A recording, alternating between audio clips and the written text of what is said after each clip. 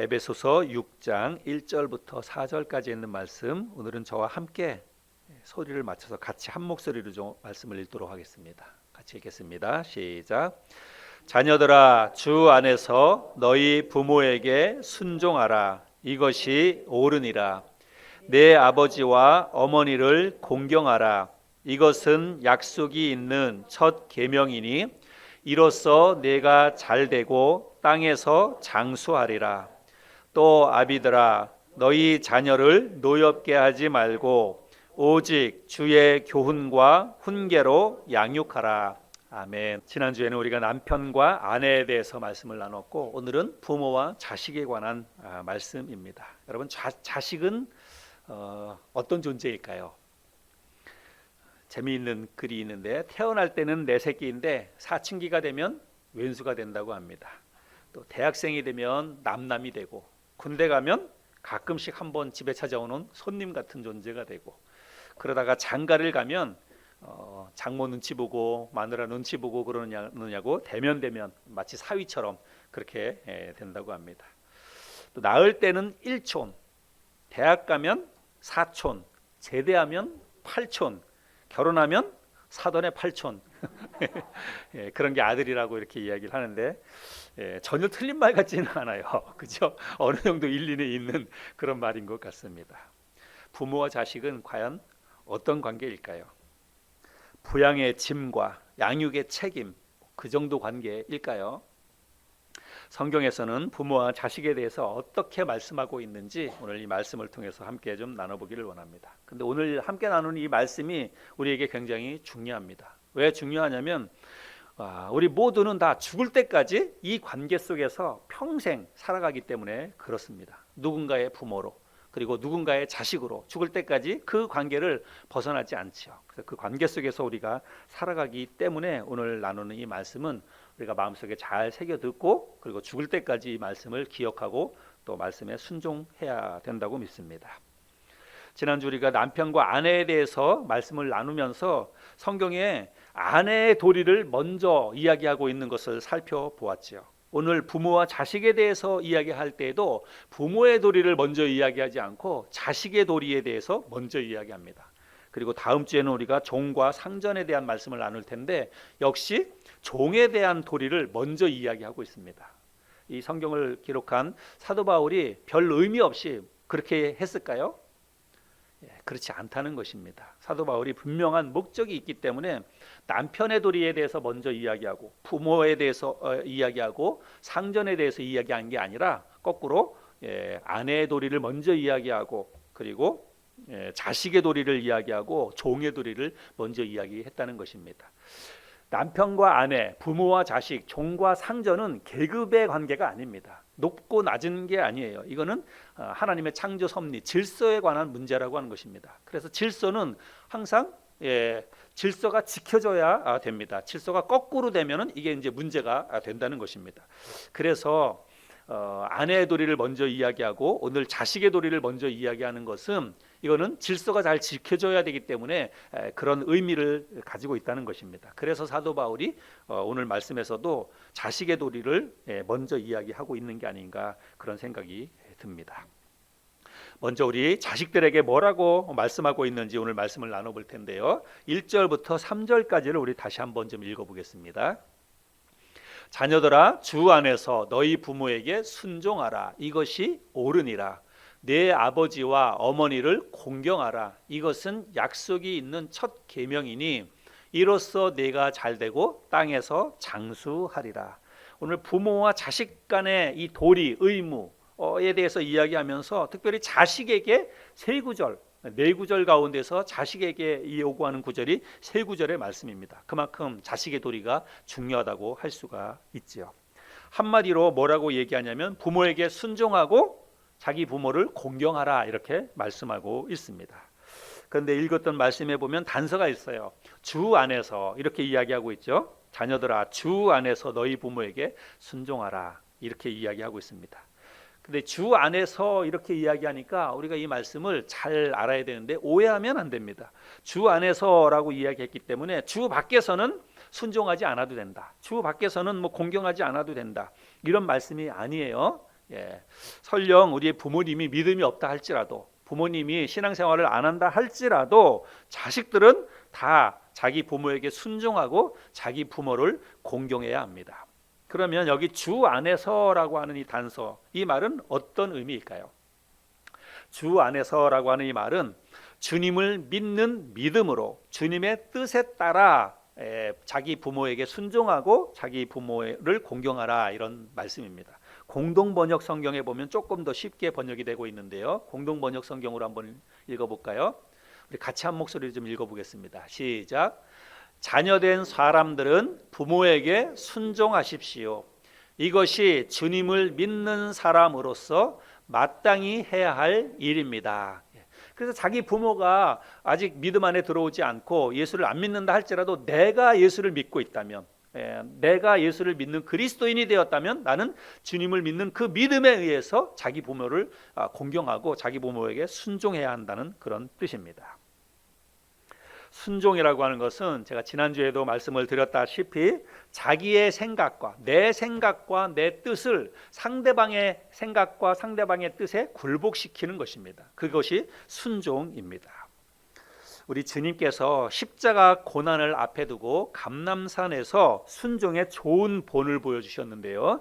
누가복음 22장 42절 말씀에 보면 이르시되 아버지여 만일 아버지의 뜻이거든 이 잔을 내게서 옮기시옵소서. 그러나 내 원대로 마시옵고 아버지의 원대로 되기를 원하나이다 하시니, 예수 그리스도는 하나님의 본체이시지만 이 땅에 오실 때에는 하나님의 아들로 이 땅에 오셨습니다. 그래서 하나님의 아들로 이 땅에 오셔서 당신의 삶을 살았지만 예수님에게도 당신의 생각이 있고 당신의 계획이 있고 의지가 있는 거예요. 그런데 마지막 십자가를 앞에 두고는 하나님 앞에 기도할 때 내 생각과 내 원대로 하는 것은 이 잔이 정말 무겁고 정말 고통스러운 잔 아닙니까? 십자가를 진다는 것이. 그래서 이 십자가를 지는 것이 내 원대로 생각한다면 이 잔이 나에게서 옮겨가기를 원하는 것이다 라고 예수님이 말씀하시지 않습니까? 그러나 내 원대로 되기를 원치 않고 아버지의 원대로 되기를 원하나이다. 그래서 아버지의 뜻에 순종하겠습니다, 이렇게 말씀하시는 거예요. 그래서 결국은 예수님이 아버지 하나님의 뜻에 순종해서 십자가를 지게 되었죠. 여러분, 우리도 내 생각과 내 뜻과 내 계획과 내 의지가 있다 할지라도 1차적으로 부모님의 뜻과 또 부모님의 계획과 의지에 이게 뭐가 이렇게 맞지 않는다 그러면 1차적으로는 부모님의 뜻에 순종할 수 있어야 합니다. 이게 성경의 가르침이에요. 순종이라고 하는 것은 뭐 내가 원하는 것대로 내 생각도 따로 있는데 그거를 막 고집하고 이래서는 순종이 되지 않습니다. 그래서 일단 부모에게 순종하라, 이 말은 내 생각을 다 내려놓고 부모님의 뜻과 그것이 내가 생각할 때는 별로 합당치 않은 것 같아도 이게 더 어떻게 보면 좀 손해나는 것 같다 할지라도 1차적으로는 부모님의 뜻에 맞춰가고 부모님의 뜻에 굴복할 수 있어야 한다는 것입니다. 근데 오늘 이 말씀은 아주 어린 자녀들에게 주신 말씀은 아니라고 생각이 됩니다. 뭐 아주 어린 자녀들이 뭐 순종이라든지 부모 공경이라든지 이런 걸 뭐 어떻게 알고 잘 실천할 수가 있겠어요. 어느 정도 자기 생각과 자기 결정권을 가지고 있는 장성한 자식들에게 주시는 그런 말씀이라고 생각이 됩니다.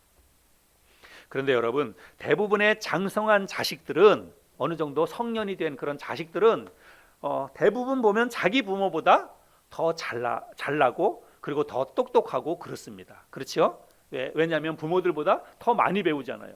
그리고 더 많이 배우다 보니까 어떻게 보다 보면 경제력도 더 있을 수 있고, 그리고 세상의 흐름이나 세상 돌아가는 것에 대해서 부모보다는 훨씬 더 잘 알 수 있습니다.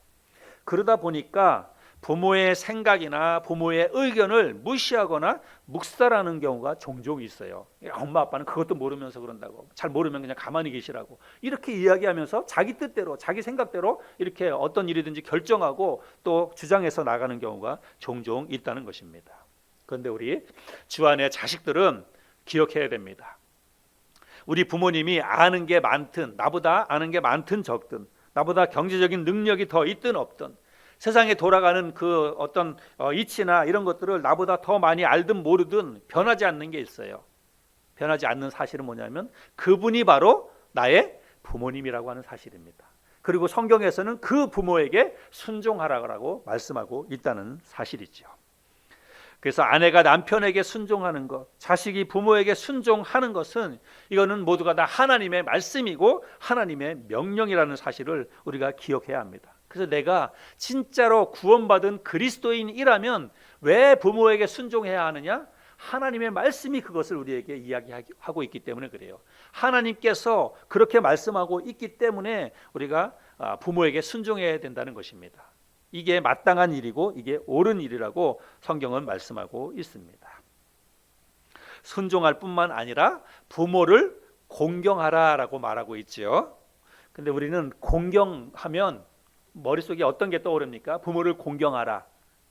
우리가 머릿속에 떠오르는 것은 공경하라라고 하면 어떤 부양하는 거, 그리고 자기 부모를 뭐 잘 보살펴 드리는 거, 이런 것들이 우리의 머릿속에 떠올라요. 그죠? 부모를 공경하라 그러면 물질적으로나 뭐 경제적으로 부모를 이렇게 섬기고 또 그런 것들이 공경하는 것으로 생각이 되지요. 물론 그런 것도 잘해야 됩니다. 자식이 어떻게 보면 이제 기력도 좀 떨어지고 또 경제 활동도 잘 못하고 그러니까 부모님에게 물질로도 섬기고 또 건강도 잘 보살펴드리고 이것도 당연히 우리 자식들이 해야 됩니다. 그런데 오늘 이 본문에서 내 부모를 공경하라라고 할 때 이 공경이라고 하는 말은 그런 의미보다는 좀 다른 의미가 쓰이고 있다는 것을 기억해야 됩니다. 영어 성경에 보면 내 부모를 공경하라라고 하는 것을 뭐라고 번역을 해놨냐면 honor your father and mother 이렇게 되어 있습니다. 그래서 honor라고 하는 단어가 쓰이고 있습니다. 이 honor라고 하는 단어는 존경하라 이런 뜻을 가지고 있고요. 그리고 명예롭게 여겨라 이런 뜻을 가지고 있습니다. 그래서 자기의 부모를 존경하라, 그리고 명예롭게 여기고 자랑스럽게 여기라는 거예요. 여러분 이 의미는 그냥 몸으로 내가 무슨 그 부모님에게 경제적으로 부모님을 섬긴다든지 몸으로 섬기는 것보다는 마음을 이야기하고 있는 거예요. 그죠? 자기 부모를 존경하고 자기 부모를 자랑스럽게 명예롭게 여기라라고 이야기하고 있습니다. 그래서 겉으로 하는 행위보다는 마음을 강조하고 있는 그런 말씀이라고 하는 거예요. 근데 사실은 겉으로 우리가 부모님에게 효도하거나 그러니까 어떤 부모님을 섬기는 건 못지않게 그거를 하려면 먼저 마음이 더 중요해요. 마음이 가지 않고 물질로만 섬기는 것은 사실은 이거는 부모를 존경하는 거하고는 좀 그 거리가 멀다 이렇게 생각이 됩니다. 근데 요즘 젊은 자식들은 뭐 다 바쁘죠. 실제로 바쁘기도 하고, 근데 바쁘다는 그런 핑계로 인해서 부모에 대한 도리를 다 하지 못하는 경우가 있어요. 여기서 부모에 대한 도리라고 하는 것은 이건 물질로 섬기는 것을 이야기하는 게 아닙니다. 내 부모를 공경하라라고 했을 때는 부모를 존경하고 명예롭게 여기고 자랑스럽게 여기라라고 하는 거예요. 단지 그냥 때때마다 용돈만 보내주면 자식이 난 할 도리를 다 하고 있다 이렇게 생각해서는 안 된다는 것입니다. 용돈으로 자식의 도리를 다 했다고 생각하는 것은 자기 부모를 존경하거나 자기 부모를 명예롭게 여기는 것이 아닙니다. 부모가 원하는 것은 그런 게 아니에요. 부모가 원하는 것은 진짜 관심과 사랑입니다. 전화 한 통이라도 진심이 담겨 있으면 그걸로 만족해요. 부모님이 자식에게 뭐 용돈 바라겠습니까? 실제로 자식들이 얼마나 편안하게 잘 사는지 그게 궁금하고, 그리고 나 외로운 거에 대해서 쓸쓸히 혼자 사는 거에 대해서 자식들이 조금 관심을 갖고 사랑을 가지고 이렇게 좀 하고 있다. 그런 마음이 되면 자식이 사랑스럽고 자식에 대해서 안정감을 갖게 된다는 것입니다. 그래서 우리 주 안에 있는 자식들은 우리 부모를 존경하고 그리고 명예롭게 여길 수 있기를 바랍니다. 자랑스럽게 여길 수 있기를 바랍니다. 내 부모가 조금 무식하다든지 내 부모가 촌스럽다든지 내 부모가 세상 물정을 잘 모른다 할지라도 부모님을 존경할 수 있어야 됩니다. 나를 낳아주시고 이 잘나고 똑똑한 자식을 여기까지 올 수 있도록 기르고 지금까지 보살펴 주신 분이 우리 부모님이기 때문에 그 부모님의 환경과 그 부모님이 어떤 모습을 가지고 있다 할지라도 명예롭게 여기고 자랑스럽게 그렇게 여길 수 있어야 한다는 것입니다. 하나님은 부모에게 순종하고 자기 부모를 공경하는 자식에게 복을 주시겠다라고 약속하고 있습니다. 이건 뭐 마땅한 일이에요. 이거는 성경 하나님의 말씀에서도 이거를 강조해서 이야기하고 있지만 성경 이외에서도 우리가 뭐 인간의 도리를 이야기할 때 다른 모든 기타 다른 종교에서도 다 이야기하는 것이고, 뭐 종교를 떠나서도 인간의 기본적인 도리가 부모에게 잘하는 것이죠. 그런데 하나님은 특별히 부모에게 순종하고 부모님을 공경하는 이 자식에게 하나님께서 복을 주시겠다라고 말씀하고 있습니다. 오늘 우리가 읽었던 이 말씀에 보면 이것은 약속 있는 첫 계명이니 이로써 네가 잘되고 땅에서 장수하리라라고 말하고 있습니다. 네가 이 땅에서 하는 모든 일들이 잘되고 그리고 땅에서 장수하게 해주겠다라고 말씀하고 있습니다. 여러분, 이보다 더 큰 복이 어디 있어요? 그죠? 우리가 이 땅에서 살면서 내가 하는 일들이 잘되고 그리고 건강하게 오래 산다는 거, 여러분 이게 모든 사람들이 생각하는 그런 미래에 대한 복 아니겠습니까? 그런데 하나님께서 이런 복을 주시겠다라고 말씀하고 있습니다. 그런데 우리가 이 말씀을 거꾸로 생각하면 안 됩니다. 내가 이 땅에서 잘되고 내가 성공하는 삶을 살고 그리고 건강하게 장수의 복을 누리기 위해서 내가 부모에게 잘해야지, 이렇게 생각하는 것은 거꾸로 생각하는 거예요. 그냥 내가 정말로 부모에게 잘하면 그 은혜로 하나님이 나에게 잘되고 그리고 장수의 복을 주시겠다라고 약속하고 있다는 것입니다. 그래서 우리가 진짜로 부모에게 잘할 수 있어야 한다는 것입니다. 자식들은 자기 부모에게 순종하고 모두 부모를 공경할 수 있기를 바랍니다. 여러분, 하고 싶어도 못할 때가 옵니다. 중국 한시에 이런 시가 있어요. 나무가 고요하고자 하나 바람이 멈추지 않고 자식이 효도하고자 하나 어버이가 기다려주지 않네. 금방 지나갑니다. 우리 부모님이, 우리 엄마, 우리 아빠가 건강한 것 같고 오래 사실 것 같고 뭐 돌아가실 거라고 하는 거는 생각도 못했지만 어느 한순간에 금방 늙고 금방 병들고 그리고 금방 돌아가시고, 그래서 내 곁을 떠날 때가 금방 다가온다는 것입니다. 아직까지도 우리 부모님이 생존해 계시는 그런 자식들은 살아 계시는 동안에 진짜 부모님에게 잘할 수 있기를 바랍니다. 어떻게 해서든지 그냥 생각하는 게 너무 고지식한다든지 나하고 안 맞는다고 그런다 그래도 면박 주거나 그리고 그 부모님의 생각을 무시하거나 그러지 말고 부모님의 뜻에 맞춰드리고, 일단은 알겠습니다, 그렇게 한번 해보겠습니다, 이렇게 이야기를 하세요. 그렇게 하고 가능하면 부모님의 뜻을 맞춰드릴 수 있는, 그 부모님의 뜻에 순종할 수 있는 그 자식들이 되기를 바라고, 마음속으로부터 진짜 부모님, 물론 다 그렇게 하고 계시겠지만 부모님 사랑하고 부모님 존경하고 그리고 정말 부모님, 우리 부모님이 좋으신 분이다, 대단하신 분이다, 그런 마음속으로 그런 마음을 가지고 부모님을 대할 수 있기를 바랍니다. 그리고 두 번째로는 이제 부모의 역할, 부모의 도리에 대해서 함께 잠깐 또 생각해 보기를 원합니다. 그런데 오늘 이 말씀에 보면 부모들아 라고 이야기하지 않고 뭐라고 이야기하고 있습니까? 4절에 보면 또 아비들아 이렇게 이야기하고 있습니다. 영어 성경에도 보면 아버지에 대해서 이야기하고 있습니다. 아비들아, 저는 이것도 의미가 있다라고 생각이 됩니다. 자식 교육에 있어서는 사실은 그 책임과 역할이 아버지에게 주도적으로 있다라고 하는 것을 이 말씀을 통해서 알 수가 있습니다. 근데 우리나라는 보면, 우리나라는 대부분 아버지는 나가서 뭐 하냐면 돈 버는 사람이에요. 아버지는 나가서 돈 벌고 자식 교육은 누가 하는 거예요? 집에 있는 엄마가 다 하는 거예요. 그렇게 알고 있어요. 그래서 엄마가 주로 애 학교 보내는 거, 학원 알아보는 거, 애 진로 문제 결정하는 거 다 엄마들이 이 일을 하고 있습니다. 근데 우리나라만 특별히 더 이런 면에 있어서는 유독 더 그런 것 같아요. 여러분, 전 세계적으로 많은 영향력을 미치는 그런 민족, 그런 사람들은 유대인입니다. 그렇죠? 뭐 미국만 하더라도 미국의 경제, 국방, 뭐 문화 대부분 막 70%, 80% 이상이 사실은 다 유대인들이 그 일들을 하고 있습니다. 근데 그 이유가 뭐냐면 유대인들은 어렸을 때부터 교육을 아주 탁월하게 받는데 그 어렸을 때부터 자식 교육을 누가 하냐면 아빠가 해요. 아빠가. 유대인들은 특별히 아버지가 자식 교육을 맡아놓고 다 책임지고 합니다. 그림에 보면 정통 유대인 가정에서 아버지가 자기 자식을 가르치고 있는 그런 장면이거든요. 그런데 진짜 그 어렸을 때부터 아버지가 자기 그 아들들, 자기 자식들을 옆에다 두고 계속해서 하나님의 말씀을 가르치면서 교육을 한다는 거예요.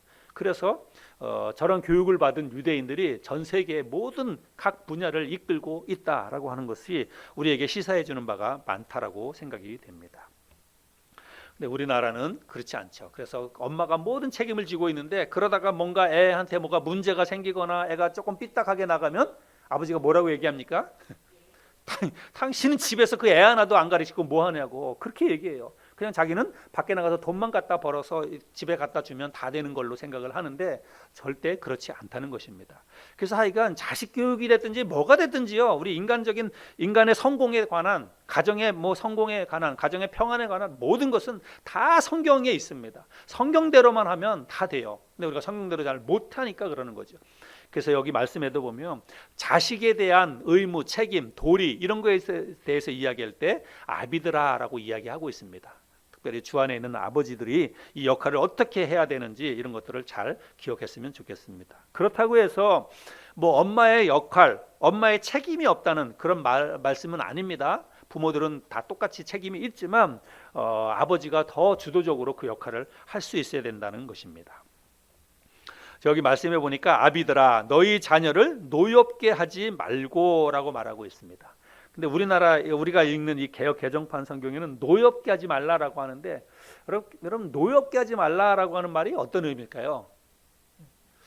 저는 좀 알 것 같긴 한데 구체적으로 표현해 보자면 노엽게 한다 이 말이 무슨 의미일까 이런 게 정확하게 이렇게 탁 와닿지는 않아요. 하여간 그래서 다른 그 번역본 성경을 찾아봤더니 분노하게 하지 말라 그리고 짜증나게 만들지 말라 이런 뜻입니다. 그래서 원래 그 의미는 그런 의미가 더 많아요. 그래서 자기 자식을 분노하게 그냥 화가 폭발하도록 만들지 말고 짜증나게 만들지 말라 이렇게 이야기를 하고 있습니다.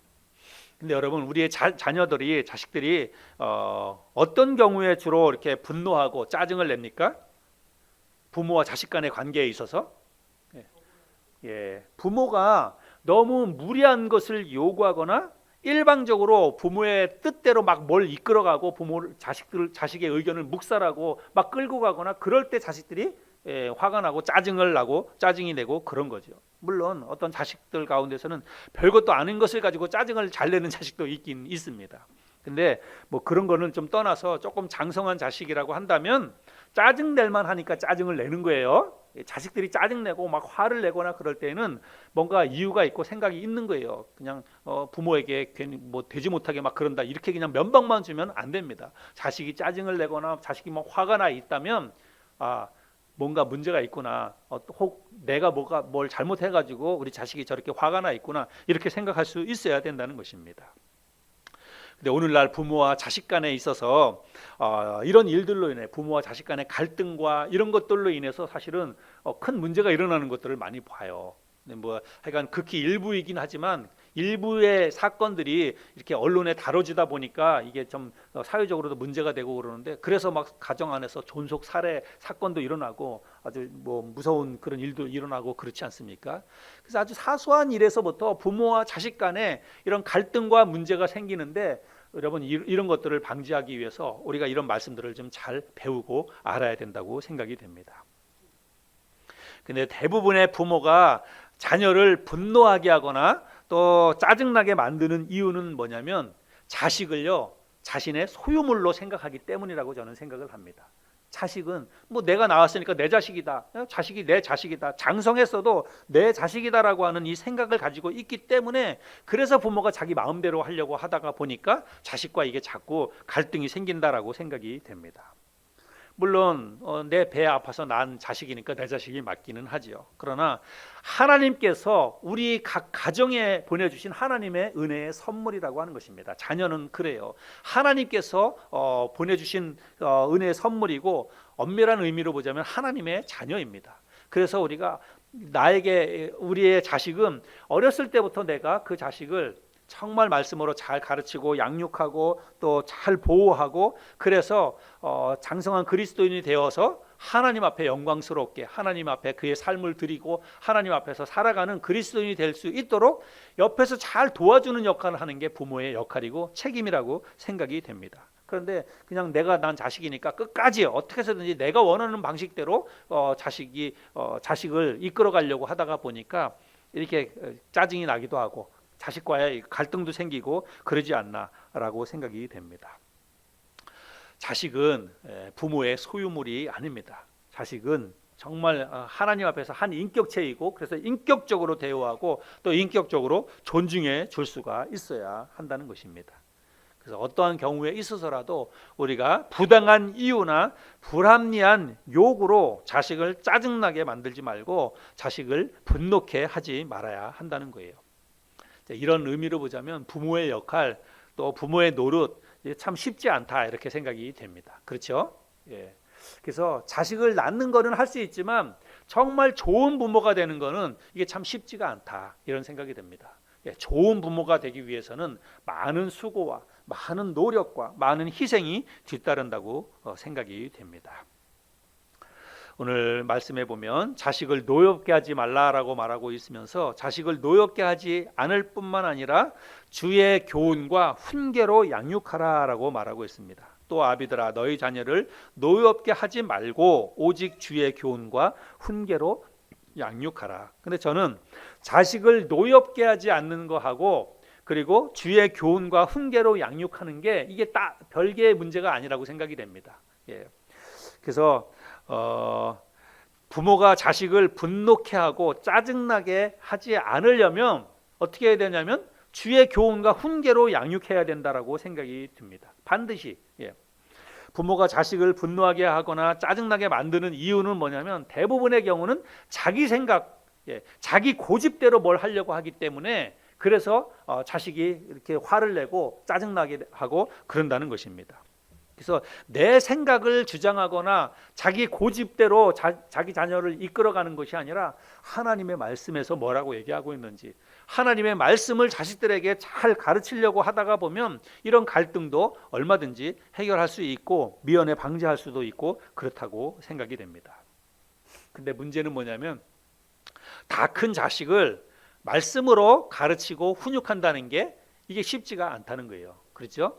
물론 어렸을 때부터 자식을 말씀으로 잘 가르치고 그 아이와 함께 기도하고 또 가정에서부터 예배드리면서 아이를 그런 환경 속에서 잘 지내왔다면 성인이 돼서도 그 아이와 같이 그 아이에게 말씀을 잘 가르치거나 또 말씀에 영향력을 미칠 수 있어요. 근데 그렇지 않고 어느 날 갑자기 오늘 제가 이런 얘기했다고 해가지고 자식들한테 가가지고 야 오늘부터 우리 같이 가정 예배드리자 오늘 같이 나하고 같이 말씀 공부하자 뭐 이게 잘 되겠습니까? 사실은 잘 안 돼요 그게. 그리고 다 큰 성녀는 자기 생각이 있고 자기 시간이 있고 그러기 때문에 같이 뭐 집에서 뭐 기도하자고 한다든지 말씀 공부하자고 한다든지 뭐 이게 잘 안 됩니다. 저도 우리 여기 딸이 있지만 우리 딸하고 같이 성경 공부도 하고 몇 번 했는데 한두 번 하다가 이게 또 잘 안 돼요. 대부분 문제는 저한테 있습니다. 제가 지속적으로 계속 이렇게 하자고 하면 또 하고 그럴 텐데 잘 안 돼요. 예. 왜냐하면 시간을 정해놨다가도 또 뭐 서로 바쁘고 잘 안 맞다 보니까 시간이 어긋나고 그러다 보면 한 번, 두 번 못 하게 되고 잘 안 됩니다. 우리 아들이 또 군대가 있는데 지금도 제 아들한테 계속 제가 우리 성도님들에게 보내드리는 큐티 말씀도 보내주고 주일 아침에 되면 부대에서는 요즘 이제 교회에서 예배를 못 드리니까 뭐 부대 밖으로 나갈 수 있는 상황도 아니고 그러니까 예배 자체를 못 하고 있는 거예요. 이것도 참 보통 문제가 아니라고 생각이 됩니다. 부대 안에 있는 군에 안에 있는 그 그리스도인 형제들이 얼마나 많아요. 젊은 시절에 그 부대 생활, 군 생활 하는 동안에 신앙 생활 잘하는 거는 굉장히 중요하거든요. 근데 지금은 원천적으로 그걸 못 하고 있어요. 아예 부대 안에 있는 그 교회는 그냥 다 지금은 문을 닫고 있기 때문에. 그래서 어떻게 해서든지 아이에게 좀 영향을 미치고 싶어서 이렇게 실시간 방송하는 것도 걔한테도 보내주고 큐티한 말씀도 보내주고. 그래서 제가 이제 그렇게 물어보죠. 그래서 오늘 예배 드렸냐, 말씀 읽어봤냐 이렇게 하면 어떤 때는 했다 그러고 어떤 때는 못했다 그러고. 근데 얼마나 잘하겠어요? 실제로 잘 하기가 어렵죠. 토요일날 밤 늦게까지 뭐 요즘은 뭐 컴퓨터도 할 수 있고 핸드폰도 할 수 있고 그러니까 그런 거 하다가 늦게 자면 주일날 아침에 뭐 아무도 간섭 안 하니까 안 일어나고 그렇겠죠. 그래서 다 큰 자식에게 뭐 이래라 저래라 특별히 하나님 말씀을 읽어라 또 같이 공부하자 이게 참 쉽지 않다라고 생각이 됩니다.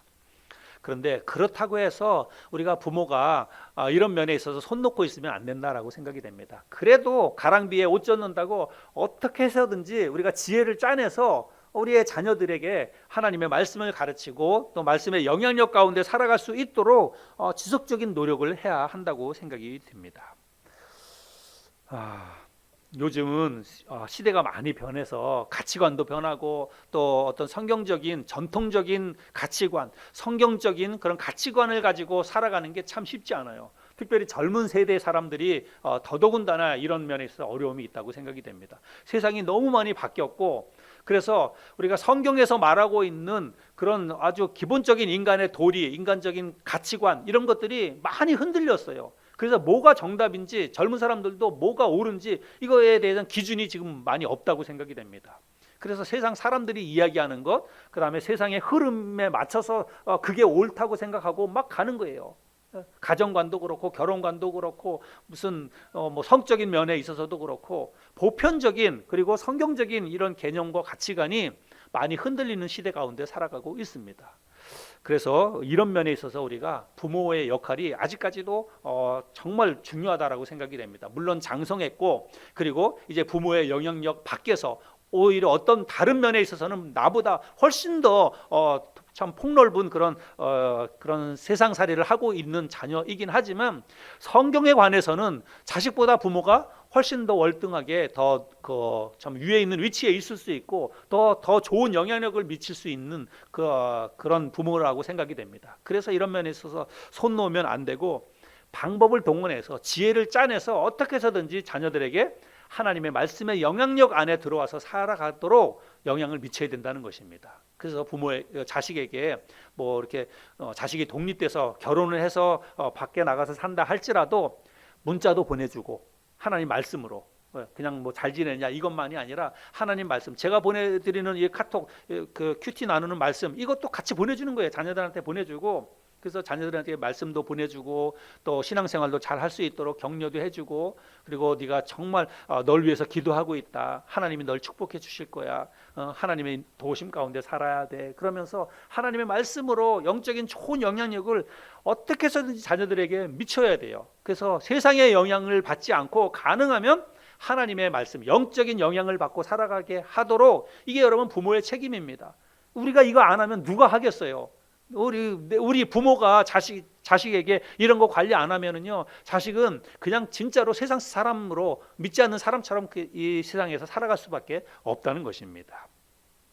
그래서 하여간 내가 할 수 있는 정말 지혜를 짜내서 할 수 있는 방법을 동원해서 자식에게 정말 하나님의 말씀의 영향력 안에서 살아갈 수 있도록 우리가 노력을 해야 한다는 것입니다. 단지 부모의 말이나 부모의 권위가 아니라 하나님의 말씀과 영적인 권위로 아이들에게 권면하고 아이들을 가르칠 수 있도록, 그래서 아이들이 그런 면에 있어서 하나님의 감동으로 살아갈 수 있도록 우리가 도움을 줘야 한다는 것입니다.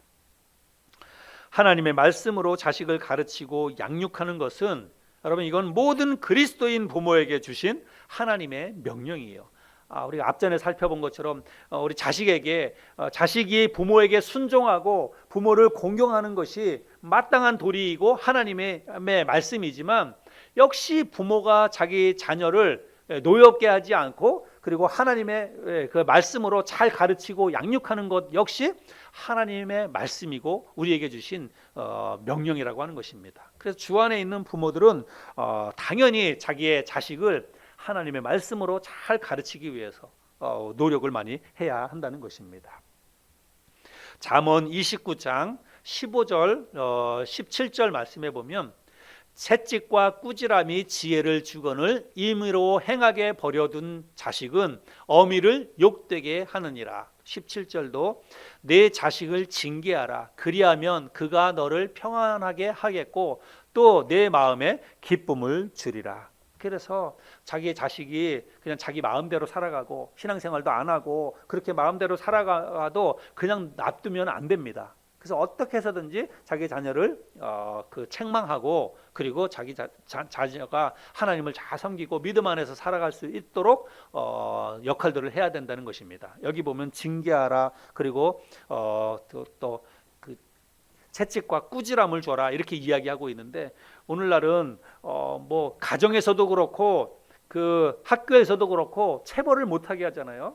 그래서 사실은 이런 모든 것들이 그냥 사회가 이렇게 가서 사회가 뭐 인권을 이야기하면서 사회가 이렇게 변화되기 때문에 우리 스스로도 그게 맞다라고 생각하지만 사실은 그렇지 않아요. 우리가 많이 이렇게 전통적인 이런 개념이나 이런 것들이 많이 흔들리고 있는데 성경은 분명하게 이야기하고 있습니다. 옳지 않은 길을 가고 정말 잘못된 것을 하는 자녀들은 따끔하게 채찍질을 하고 징계하라고 이야기하고 있습니다. 그렇게 하지 않으니까 자식들이 더 잘못된 길로 간다는 것입니다.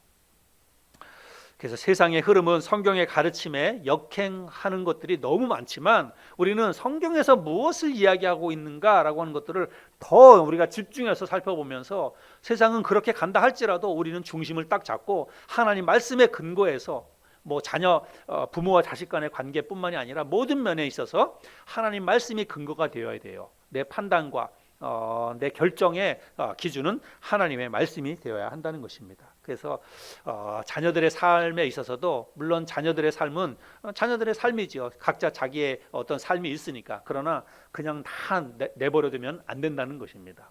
자녀들을 어떻게 해서든지 믿음 안에 들어오도록 하나님의 말씀 안에서 살아갈 수 있도록 부모가 부모의 역할을 끝까지 아까도 제가 말씀을 드렸잖아요. 이거는 죽을 때까지 가는 관계예요. 부모와 자식은 자식이 아무리 장성했어도 부모와 자식 간의 관계가 계속 유지되는 한 우리는 우리의 역할을 해야 한다는 것입니다. 또 잠언 13장 24절에도 보면 매를 아끼는 자는 그의 자식을 미워함이라 자식을 사랑하는 자는 근실히 징계하느니라. 그래서 잘못하면 또 신앙생활 열심히 안 하면 따끔하게 혼내기도 하고 너 정말 하나님 잘 섬기고 잘 예배해야 된다라고 권면하기도 하고 그렇게 할 수도 있어야 된다는 것입니다. 또 자식들은 부모님의 훈계와 가르침을 잘 받아들여야 돼요. 부모님이 그렇게 얘기하는 것을 잔소리로 생각하지 말고 그냥 내 얘기로만 하면 잔소리예요. 그러나 하나님의 말씀을 근거로 해서 하나님의 말씀을 가지고 뭐라고 얘기하면 자식들은 그 말씀에 귀를 기울여야 합니다. 잠언 13장 1절에 보면 지혜로운 아들은 아비의 훈계를 들으나 거만한 자는 꾸지람을 즐겨 듣지 아니하느니라. 그래서 지혜로운 아들은 부모님의 훈계를 잘 귀담아 듣는다고 이야기하고 있습니다. 또 잠언 1장 8절 9절에도 보면 내 아들아 네 아비의 훈계를 들으며 네 어미의 법을 떠나지 말라. 이는 내 머리에 아름다운 관이요 내 목에 금사슬이니라. 부모의 그 권명과 부모님의 가르침에 잘 귀를 기울이고 그 말에 순종하게 되면 그것이 나의 면류관이 된다는 것입니다. 그래서 우리 자식들은 부모님의 말씀에 잘 순종할 수 있어야 합니다. 오늘은 우리가 성경적인 부모와 자식의 도리에 대해서 같이 말씀을 나눠보았습니다. 자식은 부모에게 순종해야 합니다. 그리고 자기 부모를 공경해야 합니다. 마음을 다해서 존경하고 내 부모를 자랑스럽게 여기고 명예롭게 여길 수 있어야 합니다. 부모들은 자기 자식을 소유물로 여기지 말고 자기 자식을 노엽게 하지 말아야 됩니다. 그래서 짜증나게 하지 않도록 정말 자기 감정을 잘 다스리고 내 감정이 불편하다고 해서 마음대로 자기 자녀에게 그거를 폭발하고 자녀에게 쏟아부을 만한 그런 권리를 우리에게 주지 않았습니다. 자식도 자식의 인격이 있어요. 그래서 잘 존중해주고 가능하면 부드럽게 말하고 부당한 것을 요구했다면 내가 사과할 수도 있어야 되고 그리고 자식의 그 어떤 인격을 존중해 줄 수 있는 그런 부모가 되어야 한다는 것입니다. 그래서 자식을 분노하게 또 노엽게 하지 않기 위해서는 주의 말씀으로 하나님의 말씀 영적인 권위를 가지고 우리 자식들을 잘 가르치고 이끌어가야 한다는 것입니다. 오늘 함께 나눈 말씀을 잘 기억하고 부모는 부모답게 자식은 자식답게 하나님의 말씀에서 이야기하는 것들을 잘 실천함으로 인해서 정말 행복하고 화목한 부모 자식 관계를 유지하고 또 그런 가정을 이루어갈 수 있는 저와 여러분들이 다 될 수 있기를 바랍니다.